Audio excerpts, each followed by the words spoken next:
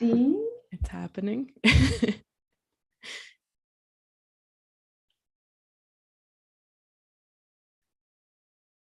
Okay. Hello, everybody. Hello, and welcome to, we are live streaming.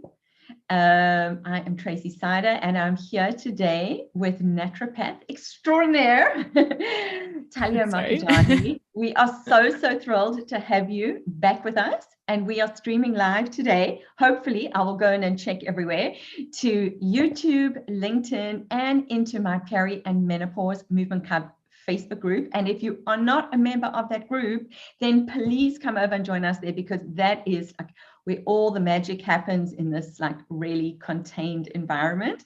So that is Peri and ampersand, Peri and Menopause Movement Club. Hi, Talia. Do you want to say hi and tell everyone who you are and what you do? And I'm just going to check that all the streaming is going good. I saw a notification that on the Facebook group you're live. Okay, awesome. It's like Tracy is live on Facebook. Good. Yeah. So I'm Talia. I'm a naturopathic doctor, and I'm also in your Reshape method. So people may see me posting or our cross posts. And my focus is mental health, but mental health, hormones, and digestion. So that's a pretty big spread for most conditions. I see a lot of women who are in their like perimenopause, menopause stages of life, experiencing mood issues, digestive issues. Right. There's an increased focus now that I have on metabolic health. It's something that we don't really, the narratives around our metabolism, I see a lot of myths perpetrated in the world of nutrition and metabolic health. And so a lot of my social media posting is and a lot of the work I do with patients is to correct these myths and to help educate people. So I think the big thing about naturopathic medicine is the more education you have, the more knowledge you have around your health and your body, the more empowered you are to be healthy. So that's a big, absolutely. And I love the way you teach us and empower us. And so thank you for coming to talk to us again. And today you're going to be talking to us about harnessing the stress hormone and how this can help you to reshape your menopausal body, health, and anxiety. So it's super excited for you to talk about that, because I think that this is such an important topic. Many women, my world is women over 45, women going through perimenopause, menopause, post-menopause. We often seem to think that all revolves around, the sex hormones, estrogen, testosterone, and progesterone. But it's so much more, and it's so much more complicated than that. So I'm so pleased you are going to come and school us about taking charge of this hormone. And it's also, and that hormone is of course cortisol. So, and that is also something, and maybe you can talk to this about a minute as well, because you are a member of my Reshape Method program, and it's awesome to have you with us. And really why my program is different and why it is really tailored for women over 45 is because of the focus in terms of lifestyle, which I'm sure you're going to be talking about, but also in terms of the specific type of exercise that we need for our age and stage. So maybe you can tell us a little bit about your experience in the Reshape Method, and also because it's the Reshape Method birthday month, which is part of why Talia is coming to speak to us today. And then also you can tell people a bit about the birthday presents that we're going to be giving away today to everyone to celebrate. Sure. Yeah, we'll start with all this stuff. Yeah, so I joined your program. I'm in week 4, I think, of the 12-week program. We had our coaching call and I've been doing the workouts. And so it's actually, I'm more of an adrenaline. Well, I wouldn't say that, but I like coffee. I like high intensity stuff. Like I was walking by a pool the other day, watching people swim laps. And I was like, oh, like they were kind of like, they were swimming laps, but it was really chill, relaxed. Yeah. And I'm like, when I swim laps, it's like, it's pretty intense. Like I have like a fast pace, I walk quickly. And I think part of that is just like offset adrenaline, and your workouts are much more relaxed, much more very focused on the movements. And I think I was telling you in our coaching call, like there's one where we're using a wall as support. And I was like, I'm not going to use the wall. I'm just going to do it right on the floor. And then I started to notice how I was compensating, using the wrong muscles, and I realized that's not the point. The point is to isolate and teach your body the right movement patterns, so that when you start adding weight and you start doing things more intensely, you're doing it properly. And to shift fascia, right? The coating or the saran wrap around our muscles that can become twisted and start to cause pain and tension and issues with circulation in different areas.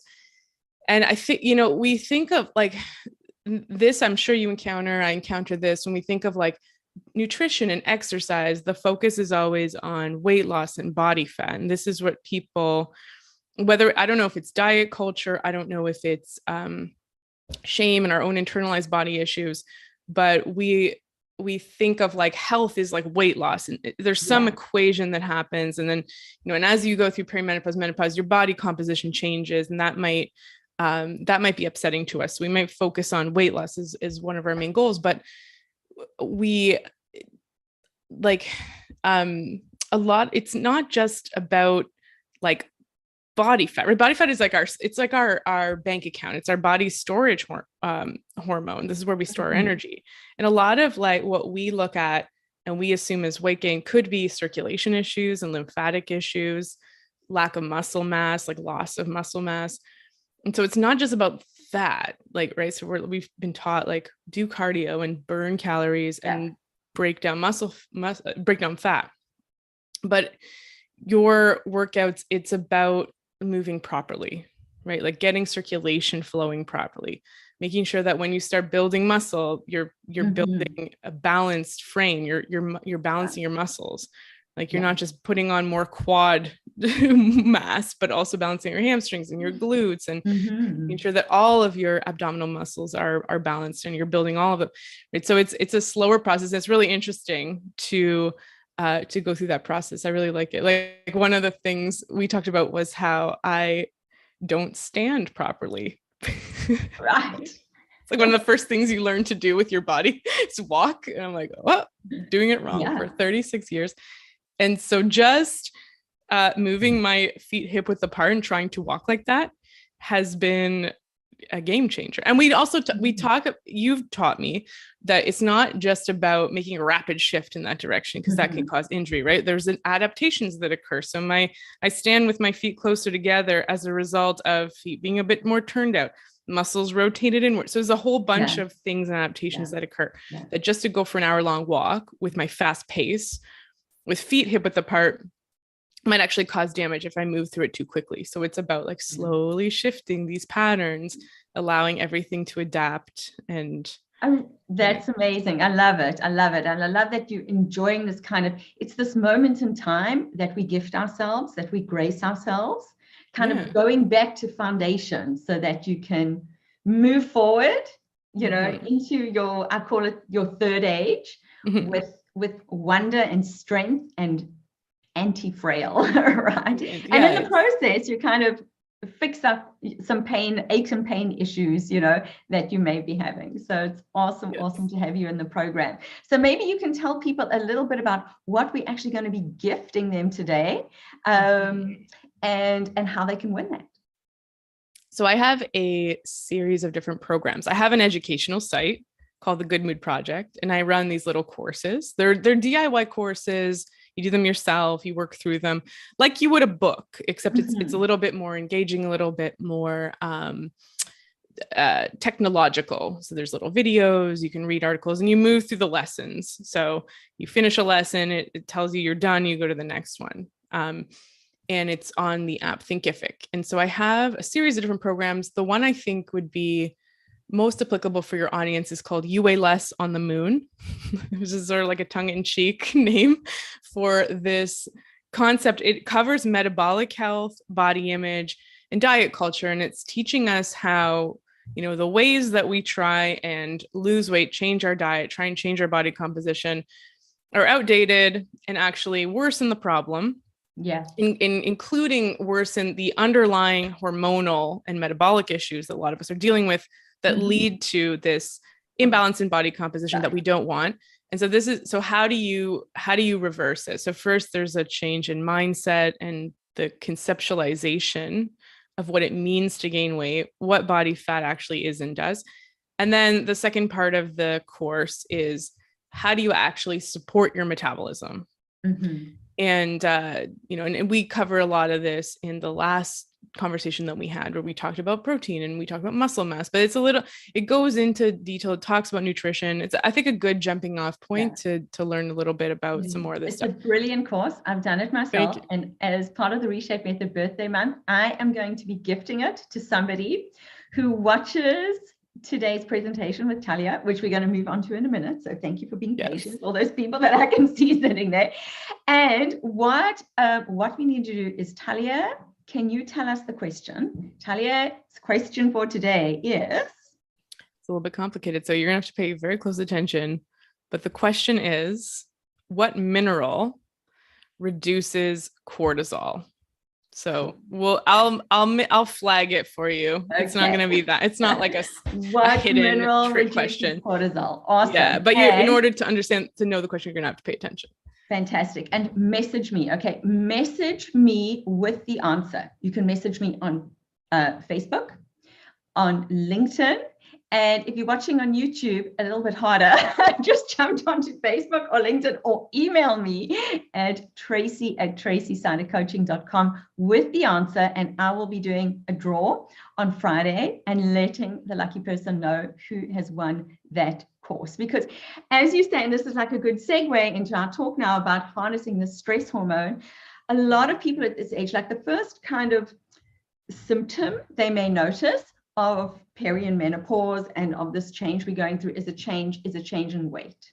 And so they will be like, okay, I've got to lose weight, right? Even people who come into my program, they come into my program thinking it's a weight loss program because it's called the Reshape Method, but it's not about weight, because there is so much more going on. It's just that we lack the knowledge, which is what you give in just, you explain so beautifully and so poignantly as well, because you really do share your personal experience in this course. There's so much more going on. There's so much more going on. And a byproduct of really dealing with everything else that is going on at this age and stage can result in weight loss, because we all want to look good and feel good, absolutely. We want to feel like we're taking charge of our change. And that means being empowered and having the right information to do the right things. Okay, which means I'll give you just a little bit of a spoiler for Talia's course. Stop the crazy intermittent fasting, people. Okay. Yes. Let's move on to harnessing the stress hormone. Yeah, intermittent fasting. Yeah, it's, I don't know. I mean, and we'll talk about that. We'll talk about why that's not ideal, especially for like the 5-2, right? Like the hectic intermittent fasting. I mean, overnight fasting, like a normal amount of time is. Yeah, I mean, I think I did intermittent fasting last night where I stopped eating actually, no, I didn't. But sometimes like you finish your dinner at 7 p.m. and then you have your breakfast at 7 a.m. That's 12 hours, right? That's reasonable. You're giving your body a chance to digest and assimilate the food, clean out digestion, right? It's not loading up your digestive system and backlogging it with constant eating. Yeah. But yeah, we'll talk about, like, let's segue into cortisol, and then we'll talk about why that relates to intermittent fasting and why it's probably not the first thing you want to do when you're trying to shift your body composition. So cortisol is our stress hormone. Okay. It's a hormone when we're stressed out, when a bear is chasing you. So like what our body understands is stress. We release, catecholamines. They're not exactly hormones. They're more like neurotransmitters. We release adrenaline and noradrenaline, or other names for them are epinephrine and norepinephrine. And that's the immediate stress response that gets you away from the bear. You think quickly, you act quickly, your body, your immune system's not really working, your digestive system's not really working. Your body's concern is to escape from the bear so you can go on to procreate. Basically, it's what your body cares about. And you can survive. So when stress, now the secondary stress effect is cortisol release. So this is a slower stress response, but it occurs when the stress, you're still running from the bear. It's not like, it doesn't necessarily have to be prolonged stress, but it starts to create, like, hormones change they talk to our genes and they make these longer term changes, more adaptive adaptive changes. So that's cortisol. Cortisol is supporting our stress response. But stress is not just bare, like it's not anxiety. Like we think like, oh, I'm not stressed because I don't have anxiety or I don't have negative thoughts. I don't have a lot of worry. So I'm not stressed. But modern day living is stressful. Like we have deadlines, we have traffic, we have our families, we have a bunch of concerns. Like I'll tell patients, I'm like, whenever you have to do something, like if you're not lying on a beach in Costa Rica, you have to get up and do things, and like that's stress. Yeah. Okay. So that's your body needs cortisol for those activities. And our cortisol has a daily rhythm. It has a circadian rhythm. Like when we think of circadian rhythm, what hormone comes to your mind, Tracy? Melatonin. Yeah, right. So melatonin. So thank you. I was like, I hope you're going to get it. Yeah. So melatonin, right? So we think, oh, circadian rhythm, melatonin. Melatonin comes out at night, helps us sleep. And you need sunlight in the day to tell your body that daytime suppresses melatonin and nighttime encourages its release. Cortisol is the opposite. So when we wake up in the morning, we have a daily cortisol rhythm where our cortisol levels spike, they rise to a peak about 30 to 60 minutes after we wake up. We have this peak of cortisol that then drops down through the rest of the day as we use it up, kind of like you drain your iPhone battery. Around 7 p.m., our cortisol is in a trough, it's low, and that coincides with melatonin's release. Melatonin rises starting around 8 p.m. and peaks at 2 a.m. and then starts to drop off.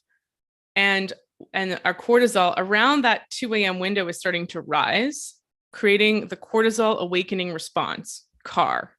So cortisol is actually the hormone. It's not just the run from a bear hormone, it actually gets you up in the morning, right? So waking up is stressful.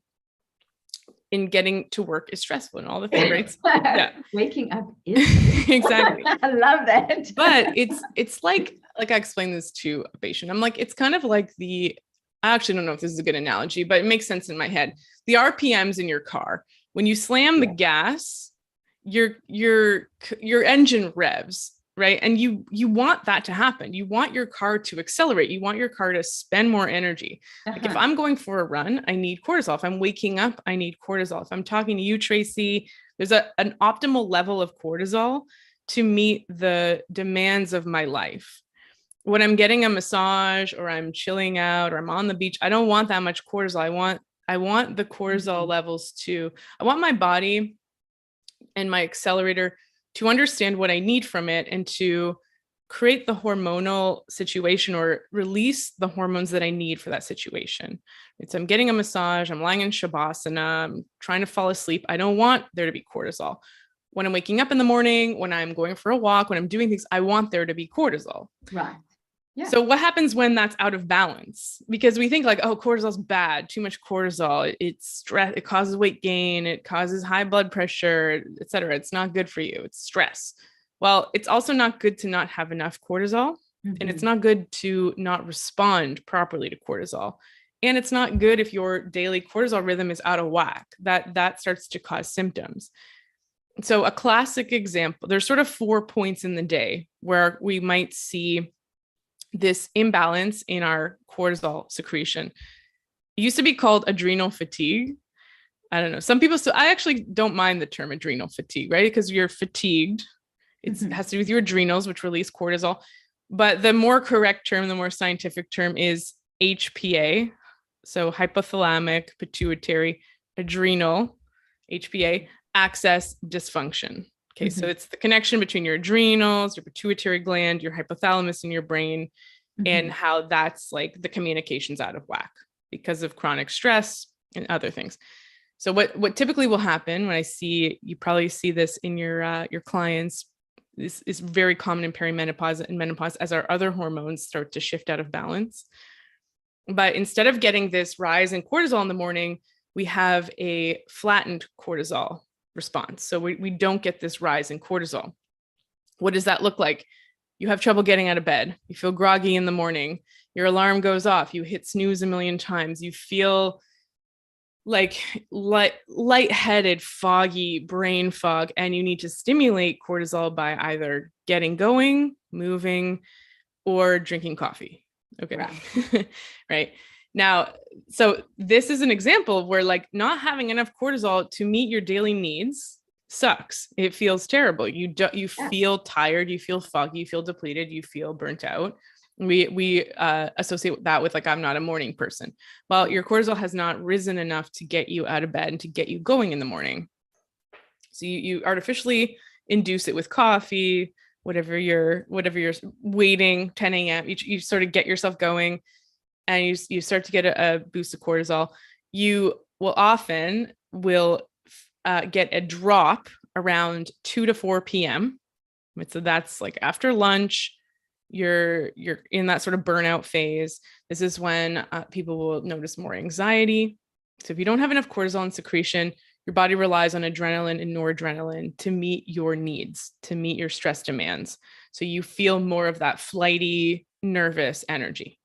Okay, so that's usually, or you feel completely exhausted, like burnt out, hard to concentrate, irritable, impatient, maybe depressed, inflamed. You want sugar, you have lots of sugar cravings, or you need a coffee to continue. And right, because 2 to 4 p.m., if you're working 9 to 5, your day's not done. So we'll often try and push through to get that last bit out of the tank.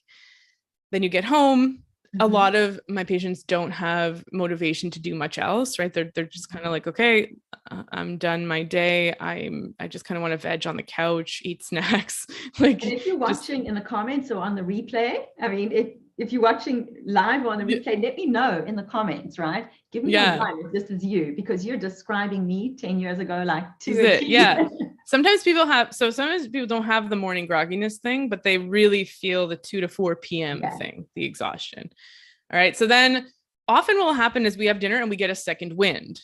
This is really common. And so we actually will get this artificial spike of cortisol in the evening. So remember, a normal cortisol curve has low cortisol around 7 p.m. People with HPA axis dysfunction will get this kind of spike. Now, it's not true energy, though. It's more of a tired and wired. When I say that, it usually lights up a lot of light bulbs for people, right? Yeah. Tired and wired. So it's sometimes difficulty falling asleep, winding down, turning off your mind. Your body feels restless. And then you might end up falling asleep. And some people don't have this symptom. Some people are like, oh, I hit the pillow and I'm out in like 10 seconds.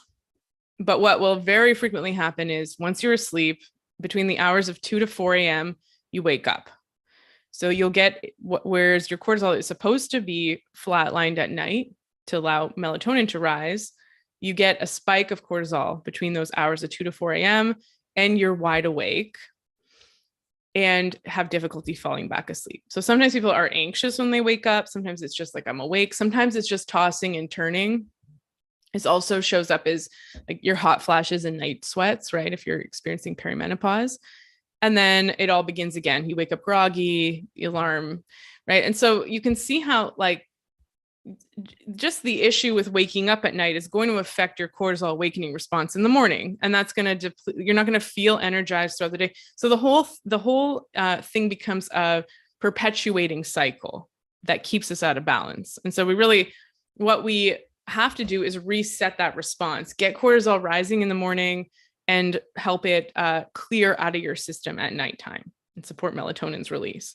And you can do that there's habits that support your circadian rhythm, but there's also things we can do to like, cortisol's job is to help meet your needs. I don't need cortisol to regulate my blood sugar, be released because I'm not eating enough or I'm not nourishing my body enough. So I don't need to add any extra stress to my body. I don't need to do stress inducing exercise, which is sort of like the long steady state cardio, the 45-minute elliptical. I don't want to put that amount of stress on my body, right? Life is stressful enough. We don't need to add to it, especially not with things that we've been told are supposed to help our health. Right. Absolutely. Yeah. And that's why those workouts in the Reshape method, although they're really building strength and range of motion, people can do them when they get home from work because they're not going to spike the cortisol. That's exactly how I designed them. So that's they don't spike cortisol. Yeah, they don't put extra stress on your body. Now, like, and that's so the right kind of workouts, we'll just say that is like what, like your workouts, Tracy, that are, it's like, you know, lower heart rate, just moving your body, you know, stretching and very focused muscle strengthening. And you could do your workouts, like yours are only half an hour, which is great for like a time thing, you know, but your types of workouts could even be an hour long, and that would be fine for your cortisol, like a long, slow walk, long, slow swim, yoga practice, these kind of calming exercises that help release cortisol and get your body moving, because being stuck in one position is also stressful for the body, like being in a seated position. You talk about like the psoas, the hip flexors, how to release those, they store anxiety and stress. But also you can do more intense exercise, but it should be short and it should be so because you can increase your resilience to stress, but you want to be very careful when you do it, because you don't want to be maxing out your body's ability to adapt. So short and sweet, right? So if someone wants to do, so like powerlifting or more intense weight training is useful. It'll help you adapt to stress, but you don't want to be doing that for like an hour, 2 hours, like just 20 minutes max, a few days. The problem is, you know, perimenopause comes suddenly. You do eating the same, exercising the same, but you find that you're putting on weight. I'm sure you're going to be talking about the relationship between estrogen and cortisol. So the first thing that comes to mind is, oh, I need to do more cardio. I need to up the cardio, right? And burn calories. People don't realize, I need to burn calories, and I burn calories by increasing cardio, but you're just taking your cortisol even more out of whack, right? Yeah, you're increasing more demands of cortisol. So, and your stress response is out of balance, which means you're not producing cortisol when you need it. And and what can happen is when we're overproducing cortisol, we become resistant to it. So that's actually what's happening. Like we talk, the beef people have with the term adrenal fatigue is that it sounds like your body's just not making cortisol. There is a condition like that called Addison's disease, but it's pretty rare. So due to damage, like autoimmune condition of the adrenal glands. But what actually is happening, and what they found is probably happening in people with depression, is you're producing a lot of cortisol, but your brain is not responding to it. Cortisol is anti-inflammatory, and it does help with our energy. So we need we need an optimal window of cortisol to meet our demands. And so when you have cortisol resistance, you have inflammation that causes mood issues. We'll talk about more of that. Like inflammation is pretty much is what you don't want. You don't want there to be rampant, ongoing inflammation in your body. Inflammation is supposed to be there to heal something or kill a pathogen, like a bacteria or virus, and then it's supposed to resolve. When inflammation's ongoing, this is what causes our chronic health problems, including mental health issues, weight gain, all of the things.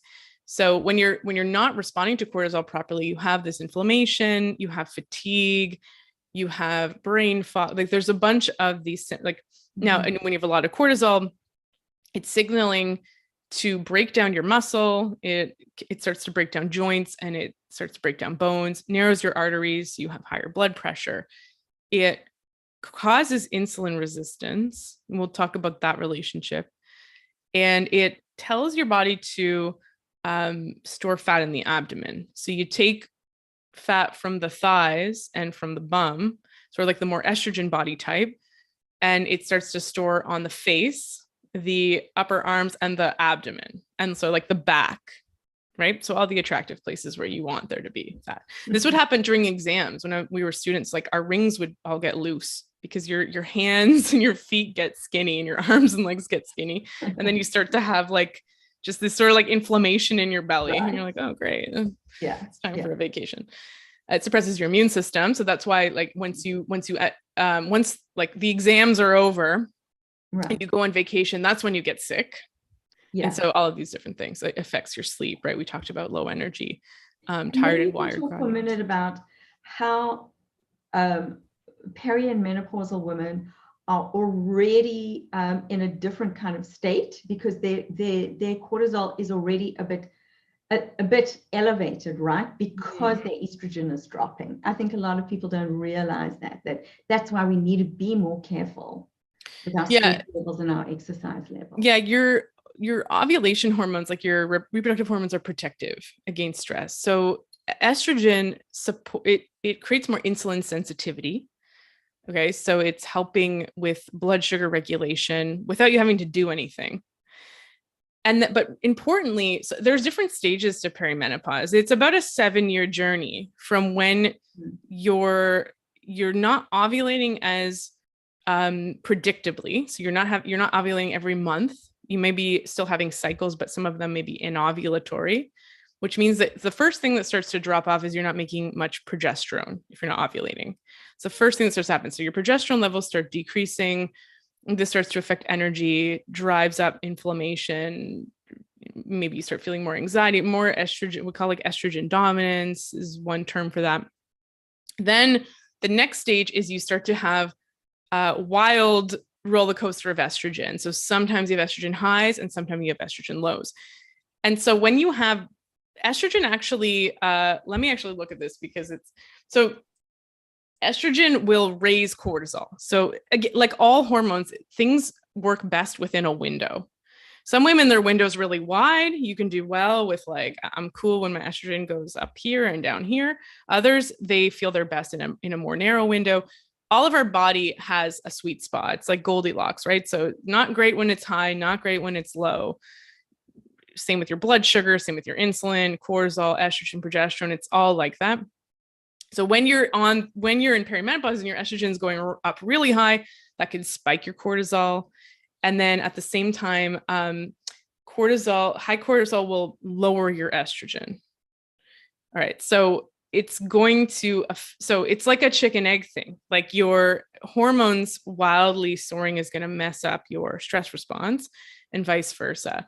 And then you don't have the progesterone to balance things out. Then you start skipping cycles. This is like the next stages of perimenopause. So now you're not ovulating, you're not really getting much estrogen, hormones are a bit wacky. And then you start going many months without having a period. And then, a year after your last menstrual period, you're officially in menopause. So this is like, it's quite an arbitrary, it doesn't really tell you much about what's happening hormonally, right? It's just a timeline. It's like the day that you go 12 months from your last period, now you're officially in menopause.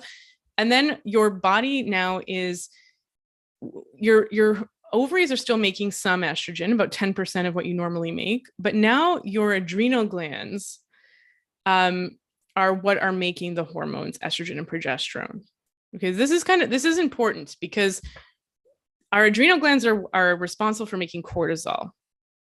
Now they also have to make the hormones that you need for the rest of your life, your estrogen, your progesterone. Super important. Please say that again. Yeah. So your adrenal glands are now very carefully. Yes. It's such important information that a lot of women do not know. Please say that again. So now your adrenal glands are the hormone producing glands of your body. And this may be why in modern society we have such crazy perimenopausal symptoms, right? Like my grandmother, my great grandmother, Italians, they're like, oh, I just stopped having a period. And a lot of hunter-gatherer societies, it's like that. Like they don't think of menopause as in a negative light, and they don't experience many symptoms. Maybe they don't talk about the symptoms as much, but I think as well that they don't have the hot flashes, the heart palpitations, the night sweats, the massive changes that we see that make life difficult. And I think it's just because there's many reasons why we might be experiencing perimenopausal symptoms, but a big one is that our adrenal glands are working like crazy to meet our daily demands, right? And we need to take care of them. So we take some weight off of them, make sure that they're only doing what they absolutely need to be doing. And let's see if we can start to shift and support our daily rhythms. Yeah. So there is this relationship there, but often, right? So when you're stressed out, now you no longer have the resilience of your ovulatory hormones. And then the ups and downs of those hormones are going to start messing up our other symptoms. So insulin resistance is another big issue. High cortisol will cause insulin resistance through a variety of mechanisms. But when our estrogen starts dropping, we become more insulin resistant. Okay, so blood sugar regulation is massive at this stage of life. So what do we do about it? Do we go, let's dive into that. Yeah, let me know in the chat. I'm just checking the comments in the chat. Yeah. What are me looking down, Talia, because I'm checking the comments. And please, Talia is taking questions. So if you have any questions, just pop them in the chat. I am checking to see your questions. So yeah, everybody wants to know, what do we do about this? How do we get the problem? How do we harness that stress hormone? So in my courses, I have something called the Cortisol Cure Challenge. It's a $5 5-day like kind of reset your cortisol.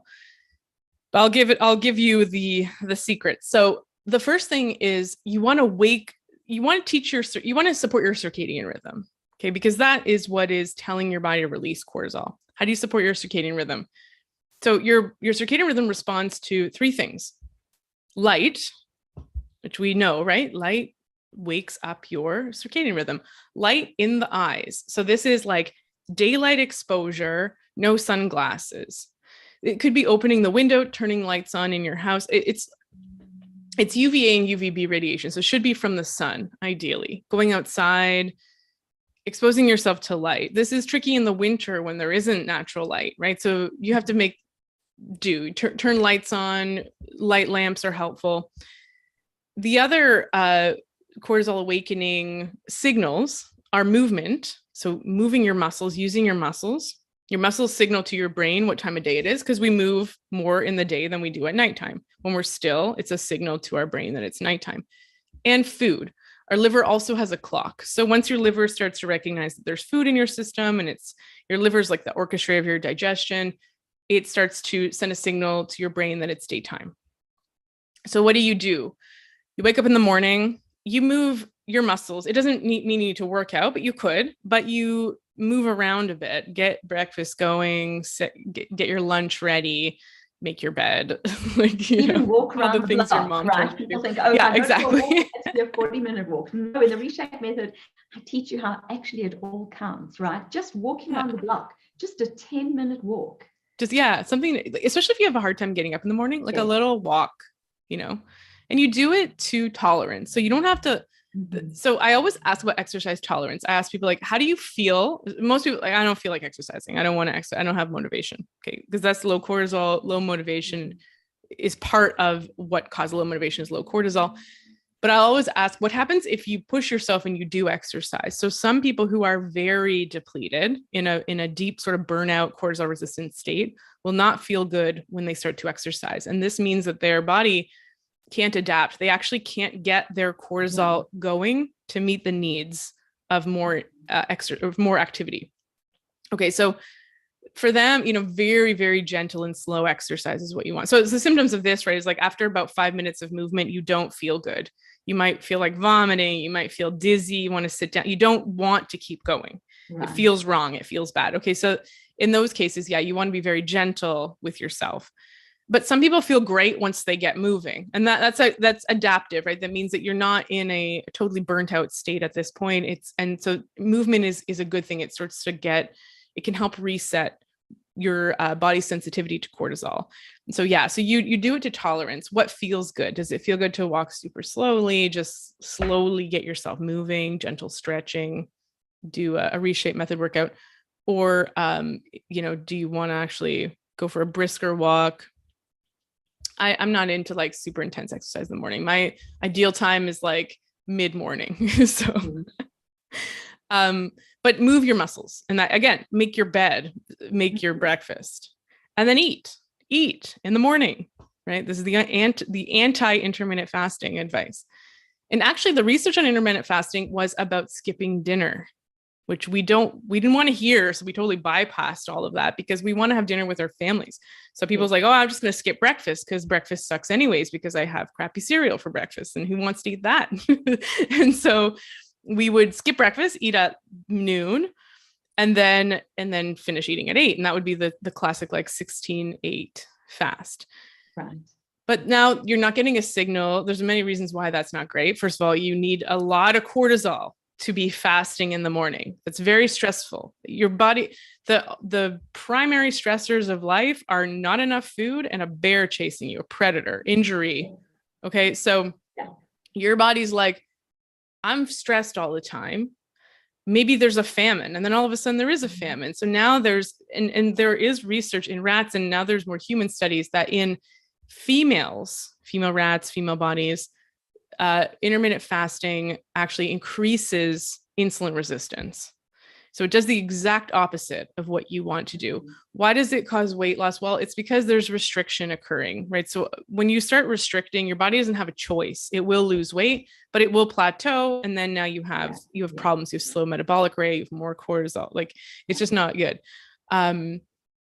So you want to eat in the morning, protein. We talked about this in the last interview. Lots of protein, lady. Lots. We'll be so eat a protein, eat a good breakfast. You want to eat something that's going to keep your blood sugar steady. And that's the next thing on how to balance. So the morning, you want to support your cortisol awakening response with morning activities, movement, sunlight, and breakfast, protein. The next thing, not cereal. No cereal. Like, I know they have that protein cereal. It's probably better just to have whole foods. Just eat eggs, make a smoothie with whey protein powder. I don't know what else. I had leftovers this morning. I had beef and broccoli. And chocolate. You don't have to be perfect. Just eat protein. Yeah. The next thing is regulate your blood sugar. And that goes from the breakfast thing. So when your blood sugar drops, one of the ways your body brings your blood sugar back up to balance is with cortisol. So when your blood sugar is going on a roller coaster all day long, it's stressful. Biochemically, at the very basic chemical level, stress is low sugar, low water, low salt. Mm-hmm. So anytime you have too low of those chemicals in your brain, it's stressful. Cortisol is released to try and regulate salt, water, and sugar. So what you want to do is make sure that you're eating consistently, you're keeping your blood sugar steady. And so this is, again, like protein at every meal and fat. So there's a great Instagram account, Glucose Goddess, and she has like visual representations of blood sugar. It's things like eat vegetables first, eat a plate of vegetables every time you eat. That's one of the things that she recommends. Always eat enough protein with your meals, about 30 grams of protein a meal. And that also supports your body's ability to put on muscle mass. It's anti-stress, right? It hits your satiation response. So your body, okay, I got enough food. I can repair things. It's anabolic. It invests in repair versus breakdown. Cortisol is catabolic. It breaks down your bones, your skin, your muscle. Okay, this is not exactly what you want. And fat. So she'll say, like, don't eat fruit on its own. Eat it with nut butter. Don't have just sugar in your coffee. Like, have your coffee with a meal. She says drink your coffee after a meal. Just have it with a meal. Have there be food in your stomach when you drink coffee. It's also good for your gut. Like it's pretty. I like to add collagen powder to my coffee instead of sugar. Throw collagen in your coffee. That like small things. Like, it doesn't have to be a crazy change, right? A crazy diet. It's like these smaller principles, and give it time. So regulate your blood sugar. Around that 2 to 4 p.m., that's a great time to have a protein-rich snack. And right. So that's when you want sugar, but that's because your blood sugar is dropped and your cortisol is, because there's cortisol resistance, you may not actually be getting, the cortisol may not actually be succeeding in raising your blood sugar. So now you want sugar, you have sugar cravings, your dopamine drops. So, around that time, having protein. And what I'm starting to recommend is it's called the adrenal cocktail, but it's a combination of orange juice and electrolytes. So it could be like orange juice and a quarter teaspoon. I'll put the recipe in the chat. Have a cup of orange juice, a quarter teaspoon of sea salt for sodium, and a quarter teaspoon of potassium. So like cream of tartar. Okay, so these are small amounts. Like, even if, potassium can increase heart rate, but when you're balancing your electrolytes, it can help support your adrenal glands. Your adrenal glands need certain electrolytes, and they need vitamin C from a whole food source like orange juice to regulate. And then I'll often say to put collagen, 2 tablespoons of collagen powder in that drink, and then you can add water to it. So it gives you a little bit of protein, gives you some electrolytes, gives you some vitamin C. It actually feels great. You feel like you're rehydrating yourself. It can give you kind of a second wind, as opposed to like a coffee and a donut, right? Which will sounds great. temporarily spike your core, and then you're going to drop. And at nighttime, what you want to do is support the release of cortisol. So you want cortisol low at night, right? So, and here's the answer to the skill testing question. I'll just give it away so that everyone gets the answer right. Magnesium is an important mineral for decreasing cortisol. We deplete magnesium when we're stressed, but we also need magnesium to suppress our stress response. Magnesium gives us energy. We need it for hormonal balance, for sleep, for digestion, like all the things. Magnesium, there's about 300 different processes in the body that you need magnesium for. And so, you know, talk to your naturopath because it's a bit individualized in terms of what type of magnesium to take. But magnesium at night can help. You want to do a bedtime routine. You want to do a bedtime ritual. So whether that involves magnesium, I'll tell people like about an hour before your desired bedtime, maybe set an alarm on your phone, turn off electronics, change the lighting in your house to more dim peripheral lighting. Okay, so the opposite of what you do in the morning.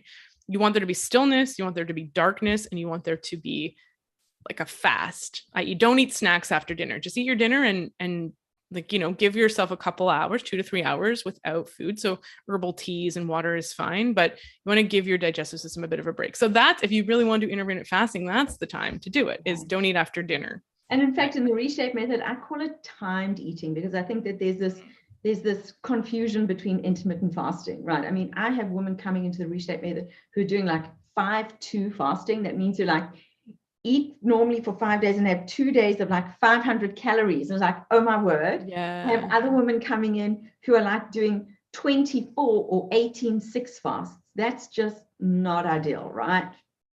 Whereas what you and I are talking about is more, it's just timed eating, right? And bringing that supper earlier, which we don't want to do. Yeah, it's hard to take off body fat. Like I sympathize with it because it's tough to shift your body composition. It's tough to take off fat. So we want to do like, you know, the 5-2 is, it's kind of, you don't have to think about, you can eat what you want, right? You just, those 2 days a week you suffer and then then you notice your 1 pound or whatever it is of weight loss. But if you put on 5 pounds of muscle, you'll like how you look way better than losing 5 pounds of fat. Right. And it's slower over time. Like I have my most recent podcast episode is on this.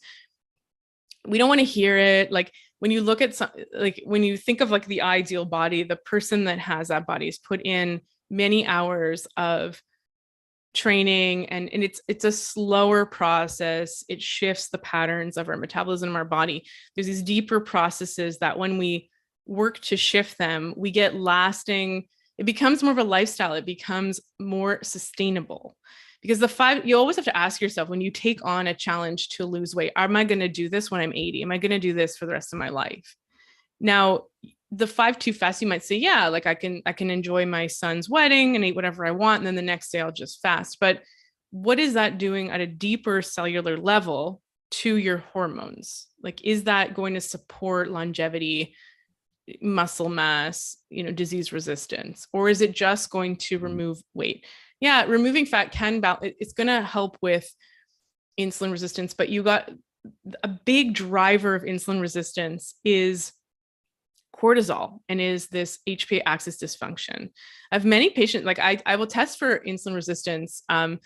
If you test fasting insulin and fasting glucose, you can do a calculation called the HOMA-IR that will tell you if insulin resistance is present. And many thin patients that I have, like underweight or normal weight patients, have insulin resistance as a result of perimenopausal changes and chronic stress. So it's not just about weight gain, and in the conventional system, they're like, well, if you lose weight, your insulin resistance will go away. Yes, but we have to look a little bit deeper, I think, So I'm not going to say it's a quick fix. Like it's hard to do a 5-2 fast. I hate doing it, but I think looking a bit deeper at things and trying some things first before going to more, let's call them extreme measures of restriction, is helpful. Like it takes a long time to put on muscle mass, right? But the journey to get there shifts these deeper hormonal patterns in the right direction. Right. Thank you. This is all so interesting. Can we take some questions? Yeah. Yeah. Sorry, I didn't mean to interrupt you. Anything else No, this is you perfect. want to tell people before? We've got 10 minutes left and we've got some great questions coming in.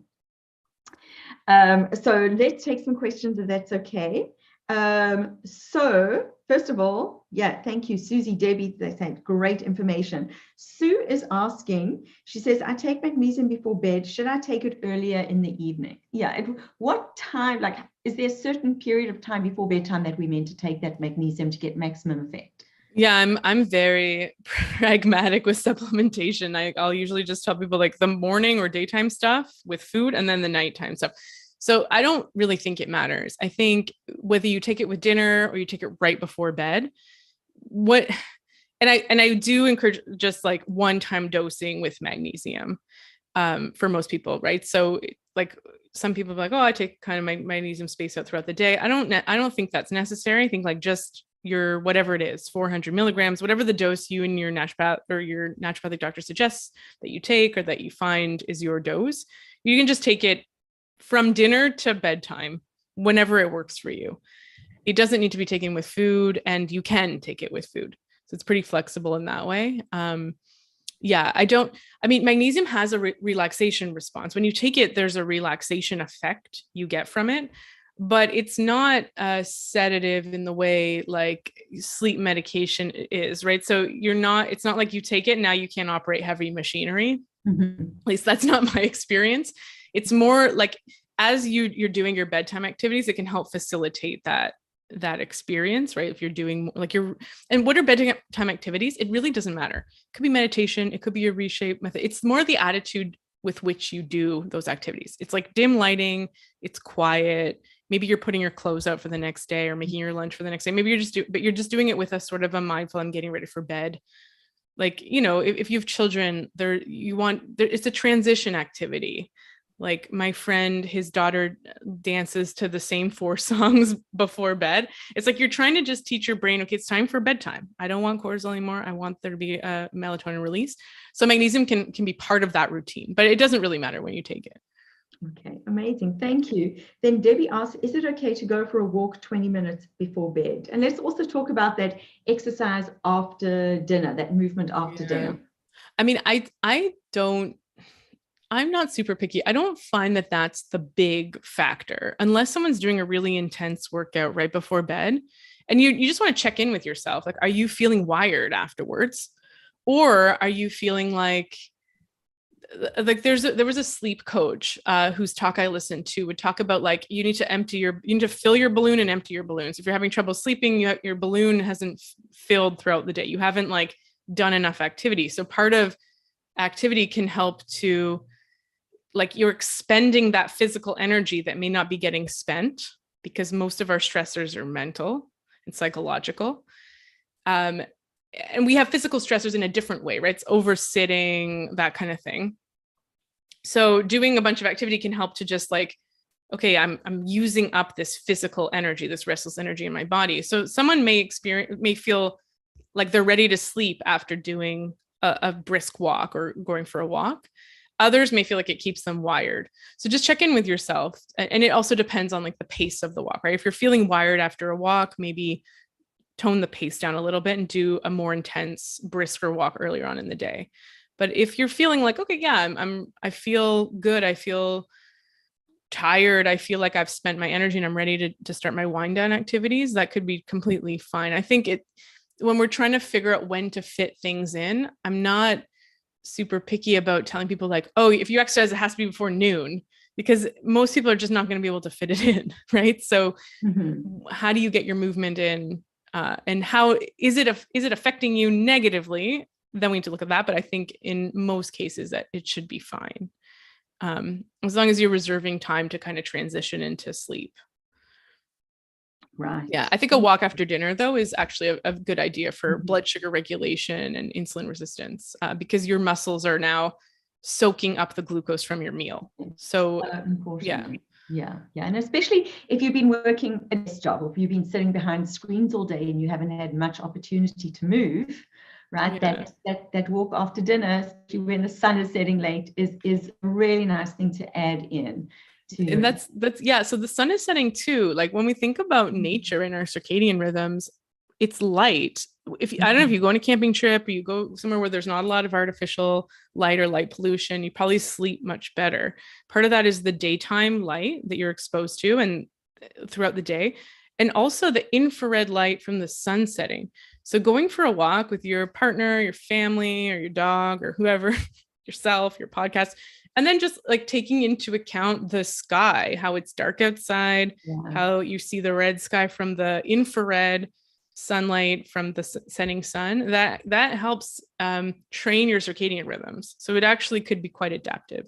Yeah, I'm thinking like if you're going on a super brisk walk and then you're revving your adrenaline and your cortisol, now it's hard and you want to go to sleep right away, that may be maladaptive. But if you're like, yeah, after dinner, you're going for a walk, you're soaking up the glucose from your meal, you're looking at the sunset, you're talking with your family, it's like a way to kind of connect after dinner.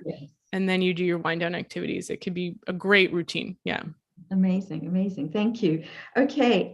We've got a question from Susie. She said, when I need to get things done, I often pull all-nighters. I feel very creative in the midnight hours.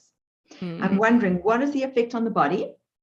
And if that cortisol rush in the middle of the night spurs creativity, she says, I know that staying up at night isn't good to do routinely, but I'm wondering how to get that incredible focus during the day. I definitely feel that wired and tired feeling. Great question. Yeah, sometimes that wired and tired feeling, like that second wind, is sometimes our first wind. They're like, so this is the thing too, like I don't want to make assumptions but this is typical, is that dinner is our best meal.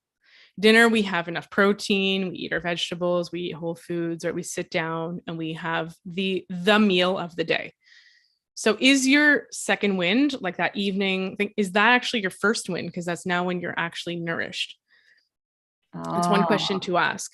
Now, there's also genetic variability, right? So we have night owls and larks. And so you might be a night owl, which kind of sucks because we have a 9-to-5 society. So for night owls, like, you know, it's great if like society, like if you have a job where you could do your creative stuff, like you can kind of wake up at 10 and do more creative stuff in the evening, that's great. But most people, like if you have a 9-to-5 and you need to be functional at 9 a.m., then training the circadian cycle is probably more important for someone who's a natural night owl. And you can train it. It's never really going to feel easy, right? You're never naturally going to want to be up and using your brain early in the morning. But yeah, protein in the morning. So to have that mental energy is regulate your blood sugar, eat protein, have, the 3 meals a day. So wake up and have a good protein rich breakfast, a good amount of protein for lunch, and a good dinner. You might want to do the electrolyte drink as well. So making sure that you're hydrated and taking electrolytes. It could be as simple as like that. Like you could buy commercial electrolytes, so you can make your own with the orange juice, the potassium, and the sodium. And exposure to sunlight as much as possible. That cortisol spike, I mean, it could be boosting creativity. It's more like boosting your energy. Right now you're like, okay, if I need to be at a 7 out of 10 on the alertness scale, this is finally the time when my cortisol is meeting me there. The rest of the day, I needed to be at a 7 out of 10 and my cortisol is like 4 or 5. So I'm always feeling depleted and tired and maybe like running on adrenaline to make up that difference.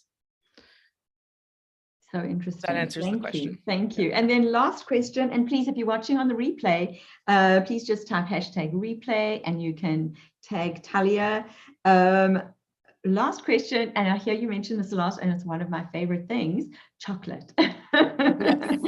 Chocolate, right?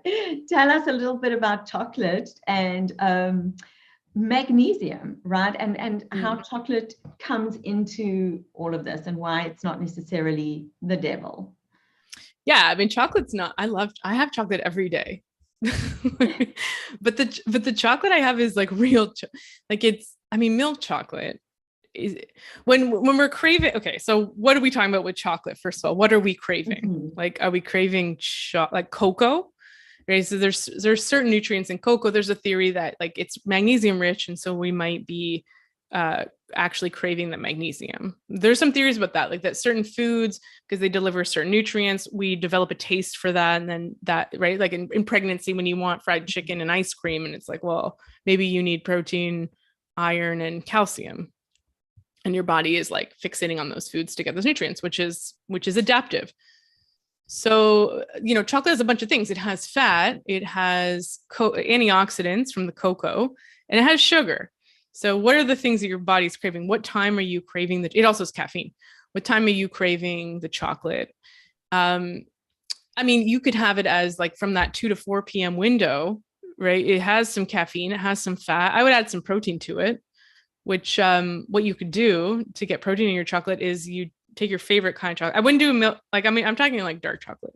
Whatever it is. You're 70%. We're not talking about a bar of Cadbury's, people. Yeah. So what you could do. So I like, Tracy's like, what's your favorite chocolate, Talia? I'm like, honestly, I eat the baking chocolate, the 100%, because I just actually I like bitter. So what you can do, most people don't like that, is I take that chocolate, I melt it in a pot, I add honey or whatever you want to add to sweeten it, and I add collagen powder. So I add a bunch of collagen, making it in a ratio that you would get about like a couple tablespoons per serving. So however much chocolate you're going to have, you want about 2 tablespoons, so 10 grams of protein. And so I add that stuff so you melt the chocolate, you add the other ingredients, you blend it a little bit. And then I pour it into like a mold. It could literally just be a baking tray on parchment paper. And then I break it up into bark. And that's like the new and improved chocolate with protein. So that's a little hack you can do. Yeah. It's actually really yummy. I sometimes will put coconut oil in it if you want it to be a bit softer. And I've put it in like silicone muffin trays. So you make little muffins out of it. I made like little Valentine's chocolate, or if you have chocolate molds, you can use those. Yeah. So that's a way you can add more chocolate, or you eat chocolate and then you throw cocoa powder into your smoothie, work with cocoa powder. Chocolate's not like, we're probably a lot of the time we crave it because it has sugar, it has calories. Yeah. A lot of our cravings later in the day are a result of undernourishing earlier on in the day. Yeah. Right. And we don't see that necessarily. People are like, I don't feel hungry in the morning, or it's really easy for me to follow my nutrition plan in the morning. So yeah, because your blood sugar is not really in balance. You have the most cortisol you have all day. So you're regulating your blood sugar.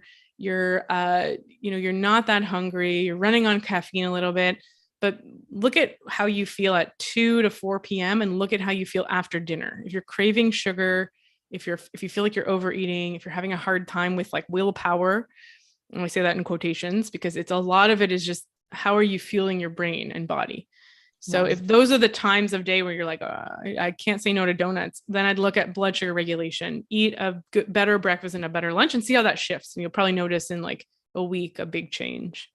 Amazing. Thank you. Well, thank you so much for coming to speak to us today. This has been fantastic. So many people are commenting that this was so helpful. Great. Thank you for sharing your expertise. So I'm so pleased you could come to chat to us today. And remember the question for the prize. The prize is to win Talia's phenomenal course called You Weigh Less on the Moon, which is, it's mind-blowing. You're going to love it. Just message me, all right? Message me on LinkedIn or Instagram or Facebook and let me know the answer to the question, which was, what mineral reduces cortisol in the evening and starts with an M and ends in magnesium?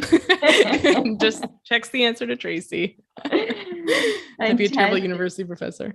Yeah. Thank you so much. And lovely to have you with us. If you're watching on the replay, just pop any questions in the comments, and I'm sure Talia will pop in the group and come and answer those for you.